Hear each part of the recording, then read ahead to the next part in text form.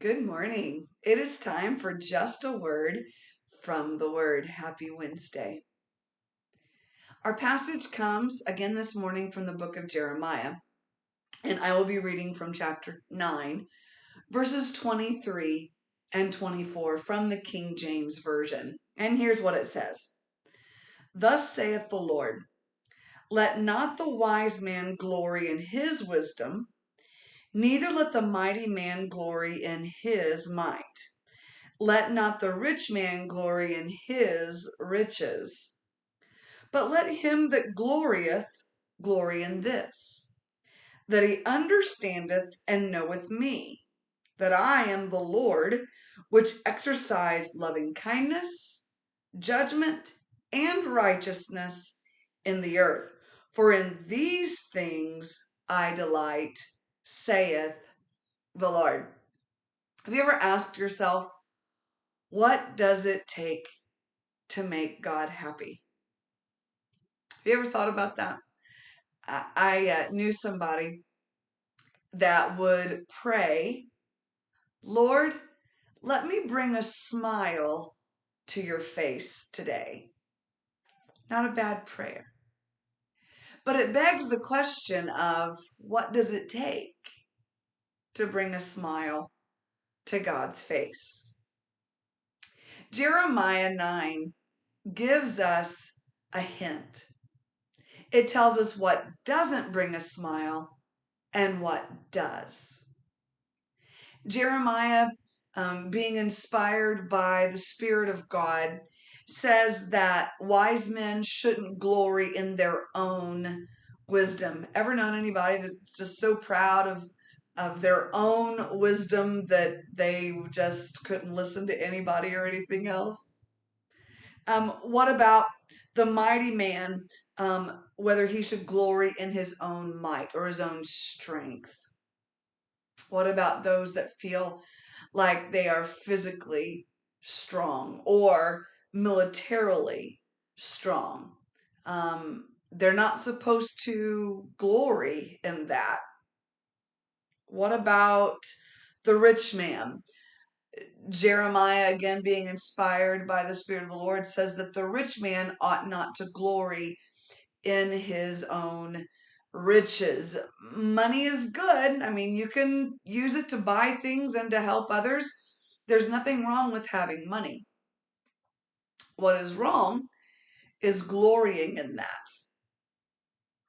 finding strength and security in that. The theme in verse 23 is pride. Wise men glorying in their own wisdom. Mighty men glorying in their own might. Rich men glorying in their own riches. It's pride. They see themselves as the locus of strength. That's pride. But verse 24 says, but let him that glorieth glory in this. What should we glory in? What should we find our strength in? What should we find our security in? It's this, that we understand and know God. What should we know about the Lord? He's the one that exercises loving kindness, judgment, and righteousness in the earth.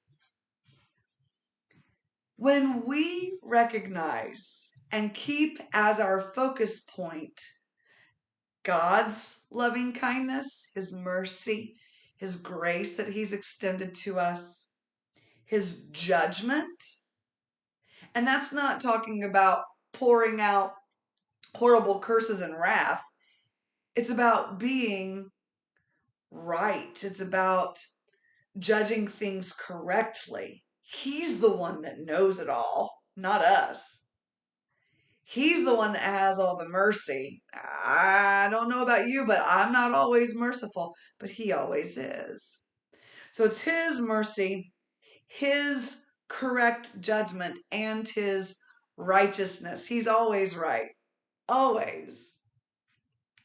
Here's the thing. His loving kindness, His judgment, His righteousness, those are the things that the Lord delights in. That's God's delight. And so those are the things that you and I ought to delight in. I don't know how many times I start out prayer. God, I'm so grateful for your mercy and your goodness to me. He doesn't have to, but He does. He grants that. He gives that. And I delight in that. He is just.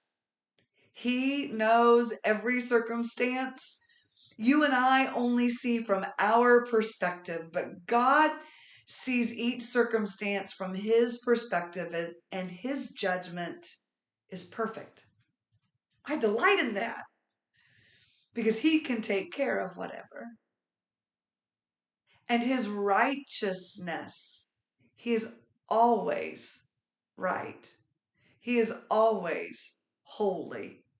He is always pure.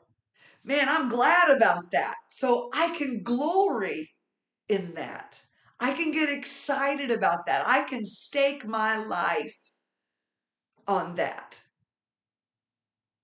That's what brings God delight. Stake your lives on His goodness. Stake your lives on His perfect judgment. Stake your lives on His righteousness. That's going to bring God delight. Today's just a word from the Word is glory in Him. Don't glory in yourself. This has been just a word from the Word. God bless you. Have a beautiful day. And Lord willing, we'll see you tomorrow.